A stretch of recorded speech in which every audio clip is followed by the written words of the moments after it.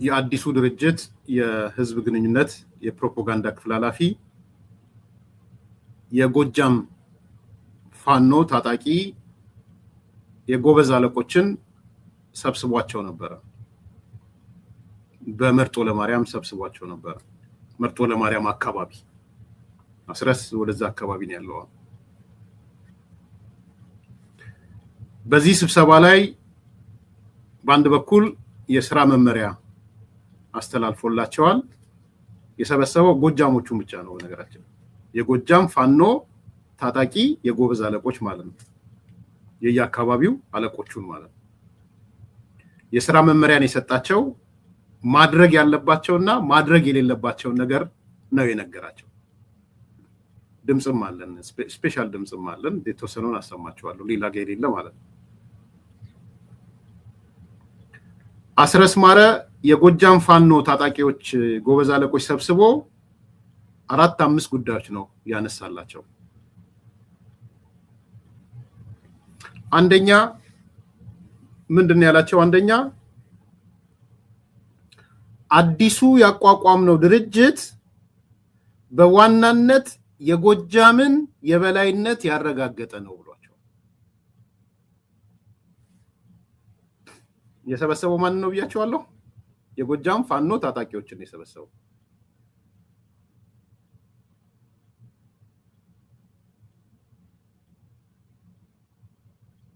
አሁን የመሰረትነው የአማራ ፋኖ ብሔራዊ ንቅናቄ በዋናነት የጎጃምን የበላይነት የጎጃም ታጣቂን የበላይነት ያረጋገጠ ነው ብሏል።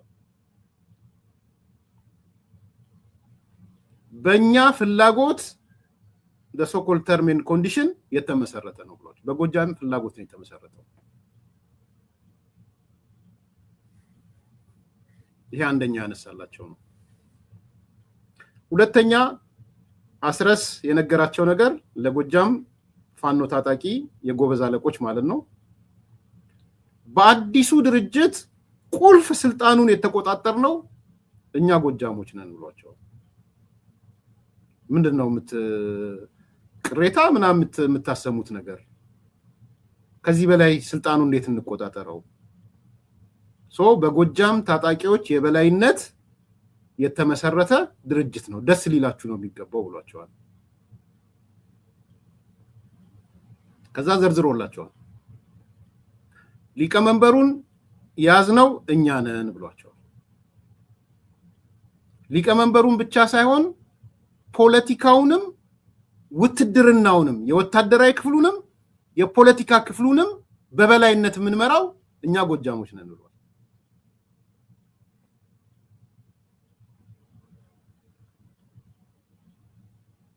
ምንድነው ያደረግነው ነው ያላቸው? ሊቀመንበር ስናስመርጥ ያው የማይቀር ነው። ሊቀመንበሩ ሁለቱንም አብሮ እንዲይዝ ነው ያደረግነው ነው ያላቸው። ፖለቲካ ኃላፊነቱንም እንዲይዝ የወታደር ኃላፊነቱንም እንዲይዝ። ስለዚህ ዘመነ የፖለቲካውም ኃላፊ ነው የውትድርናውም ኃላፊ ነው ነው ያላቸው። አንዱ ይሄ አላቸው። ሁለተኛ ፕሮፓጋንዳው ነው። ፕሮፓጋንዳው እኛ ስር ወድቋል እኔ ነኝ ብሏቸዋል። እሱ ነው እውነቱ ነው። አሁን ደግሞ ትልቁ የጦርነት አውድማ የሚዲያ ስለሆነ ኔሬቲቭ ስትሪክት ስለሆነ ሚዲያውን የተቆጣጠር ነው እኛ ነን ብሏቸዋል። ለጎጃም ታጣቂ የጎበዝ አለቆች ማለት ነው። ሶስተኛ በጣም የገረመኝ የውጭ ግንኙነቱንም የተቆጣጠር ነው እኛ ነን ብሏቸዋል።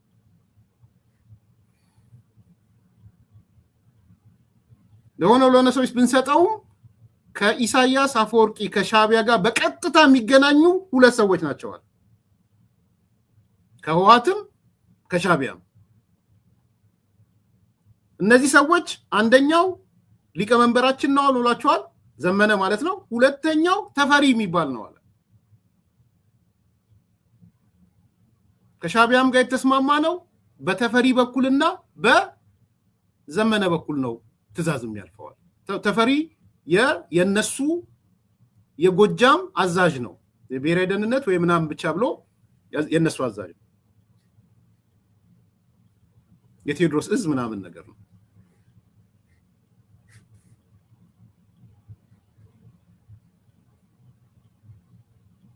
ስለዚህ ሊቀመንበሩን ተቆጣጥረናል፣ የውትድርና ክፍሉን ተቆጣጥረናል፣ የፖለቲካ ክፍሉን ተቆጣጥረናል፣ የፕሮፓጋንዳ ክፍሉን ተቆጣጥረናል፣ ከኢሳያስ ጋር የሚገናኘው ከህወሓት ጋር የሚገናኘውን ተቆጣጥረናል። ይሄ የጎጃም ታጣቂዎች ልታውቁት የሚገባ ነገር ይሄ ነው ብሏቸዋል። የተወሰነ ድምጽ አሰማችኋለሁ ብያቸዋል።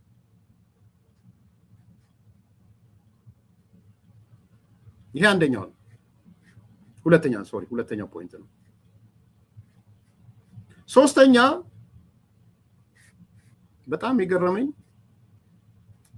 አሁንም ቢሆን አላቸው ለውስጠ ድርጅታችን ውስጠ ድርጅት ማለት ለድርጅታቸው ትልቁ እንቅፋት እስክንድር ነጋ ነው ያላቸው።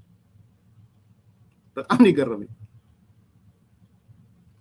ሰው ማለት የሆነ አካል ትበቀለዋለህ፣ ከተበቀልከው በኋላ እስከ ምን ርቀት ነው የምትሄደው?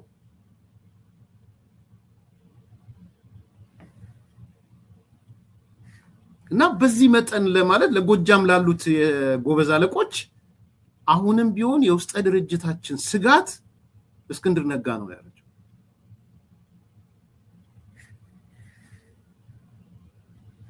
በጣም የገረመኝ ነው። የውስጠ ድርጅታችን አንፃር ትልቁ እንቅፋት እስክንድር ነጋ ነው። ምክንያቶች አስቀምጧል። መከታው አሁንም ቢሆን ከእስክንድር አልተነጠለም ብሏቸዋል። መከታው ማለት ምክትል ሊቀመንበር ያደረጉት ማለት ነው።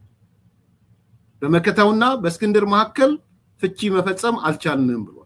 አንድ ሁለተኛ የጎንደሮችም ከእስክንድር አንፃር ስስ ልብ አላቸው ብሏል።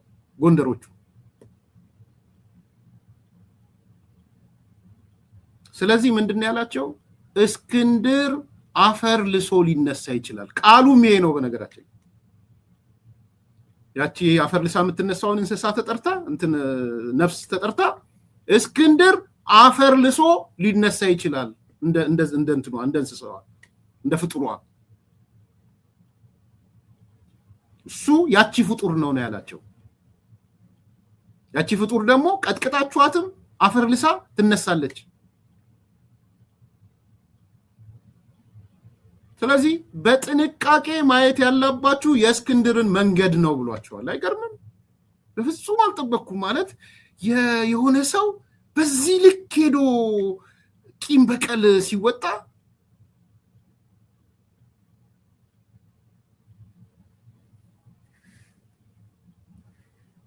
እኔ መረጃ ነው ያቀርበው፣ አድቫይስ ያቀርበው። አድቫይስ አላቀርብም። እኔ ለምን ሆነ እነዚህ አድቫይስ ማቀርበው? መረጃ ነው እየተጣጣለው።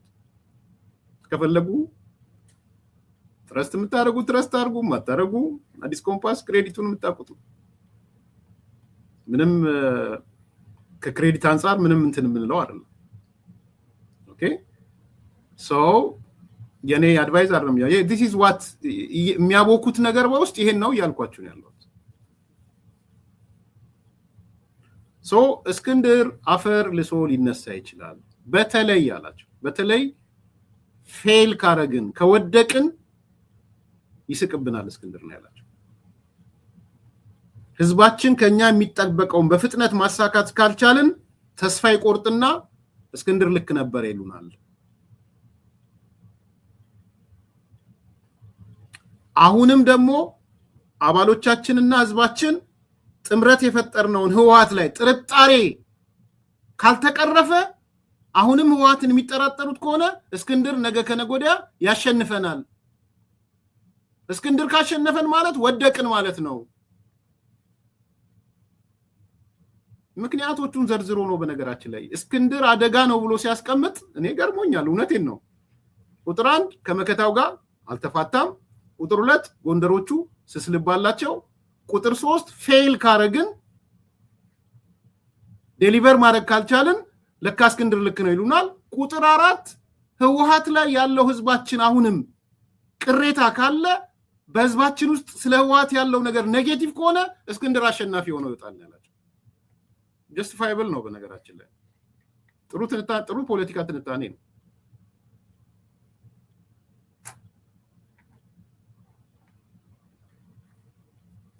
እና ትንሽ አንብቧል መሰለኝ ስትሰማ ትደነግጣለህ። አሁን ያው እስክንድር እንደ ትሮትስኪ ነው ያላቸው። እንደ ትሮትስኪ ነው ማሰብ ያለብን። ትሮትስኪን ታውቁታላችሁ አይደል? ዋን ነው መቼም በተለይ እድሜያቸው ትልቅ የሆነ ትሮትስኪን እስክንድር ለኛ ትሮትስኪ ነው ያላቸው። የትሮትስኪ አወዳደቅ እስከዛ ድረስ መሄድ አለብን ያለው።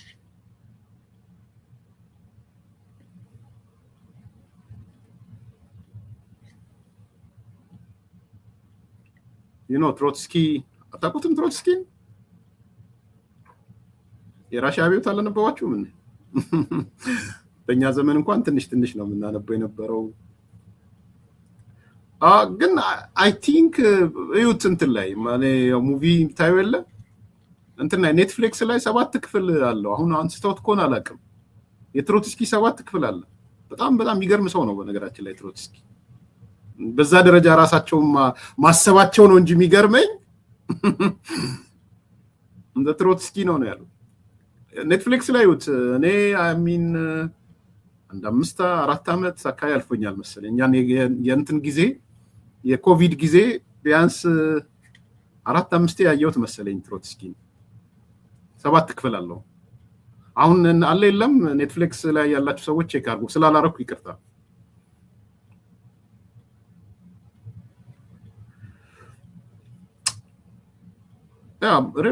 ማለት የቻይና የራሽያ አብዮት ላይ በጣም ትልቅ ሚና ነበረው ትሮትስኪ። ሬድ አርሚ የሚባለውን ያደራጀው እሱ ነው እንደምታውቁት። ትልቁን የዚህ የ1917ቱ የራሽያ ሲቪል ዋር እንትን ሲል ይሄ የተበታተነውን የሽምቅ ተዋጊ ሰብስቦ ወደ አንድ ትልቅ አርሚ የመሰረተው ሬድ አርሚ የሚባለውን የመሰረተው ኦልሞስት የሱ ነው ማለት ይቻላል። ትልቅ ሲቪል ዋሩ ላይ አይዲዮሎጂስት ነው እንደምታውቁት፣ ስትራቴጂስት ነው። ነገር ግን ልክ ሌኒን ሲሞት ስታሊን ጠመደው፣ ጆሴፍ ስታሊን።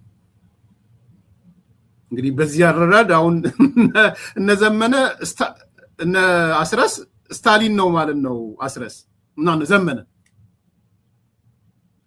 ዘመነ እንደ ስታሊን ይሆናል። እስክንድር እንደ ትሮትስኪ የሆነ ማለት ነው። እና ሌኒን ከሞተ በኋላ ያው ጠመደው። ትሮትስኪን ሲጠምደው ሸሸ። እንደምታውቁት ሀገር ጥሎ ሸሸ፣ ወደ ሜክሲኮ ሄደ። ካተሳሳት ሜክሲኮ ሄዶ ሜክሲኮ ጥገኝነት ጠይቆ መኖር ጀመረ። እንደሱም ሆኖ ግን ስታሊን እንቅልፉን መተኛት አልቻለም። ቀን ከሌሊት የሚያስበው ስለ ትሮትስኪ ነበር የሚያስበው። ቀን ከሌሊት ባይዘዌ ይሄ ታሪክ ብዙ ጊዜ ሲነሳ እንትን እንደሚባለው ይባላል። ይሄ አኒማል ፋርም እሱ ታሪክ ይሄ ሰውየው አኒማል ፋርም የጻፈው እሱ ታሪክ ነው የሚሉም አሉ። የተወሰነው ፓርት ታውቃላችሁ አይደል? ከስታሊን ጋር እንደሚያያዝ አኒማል ፋርም ይሄ እንስሳት ድር ብዙ ጊዜ ነው የማነሳላችሁ።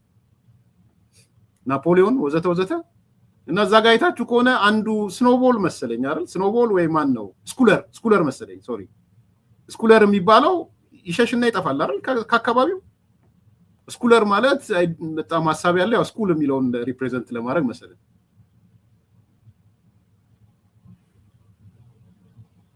እና አኒማል ፋርም ከሱ ጋር የተያያዘ ነው ይባላል ማለት ይገምታሉ ብዙ ሰዎች። አልተኛም ስታሊን ስልጣኑን ይዞ ትሮትስኪ አገር ለቆ ወጥቶ ሜክሲኮ ተሰዶም ሜክሲኮ ጥገኝነት ለቆም ሊተኛ ግን አልቻለም። ስታሊን እንዴት ያስተኛው? የትሮትስኪ መንፈስ አላስተኛው አለ። በቃ በፍጹም ሊያስተኛው አልቻለም። በኋላ ምን ያደርገው? ቅጥር ነፍሰ ገዳይ ሜክሲኮ ልኮ አሳሲኔት ነው ያስደረገው። ቅጥር ነፍሰ ገዳይ ቀጥሮ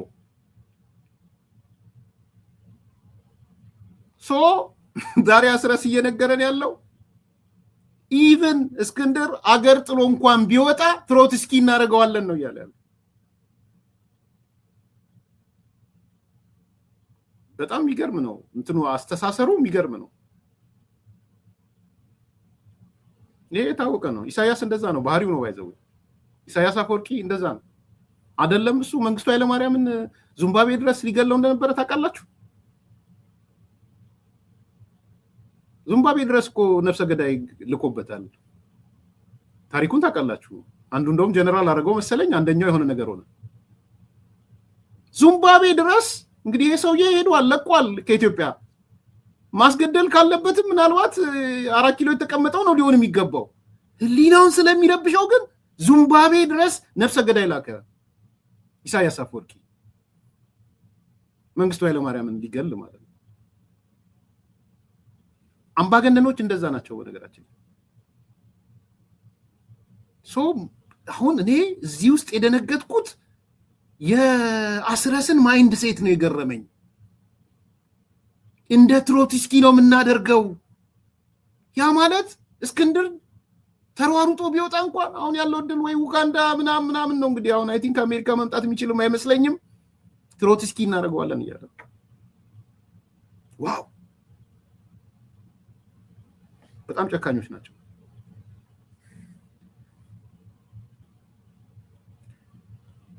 ይስማ ለጎጃም የጎበዝ አለቆች ጠበቃ፣ አሁን እንኳን ጠበቃ አይደለም አስረስ እየነገራቸው ያለው ይሄንን ነው። የትሮትስኪ እጣ ፋንታ አንለቀውም ነው ያለው። ናይትሜራችን ነው የሚለው። በውድቀታችን ሊነሳ የሚችለው ሰው እሱ ነው እያላቸው ያለው።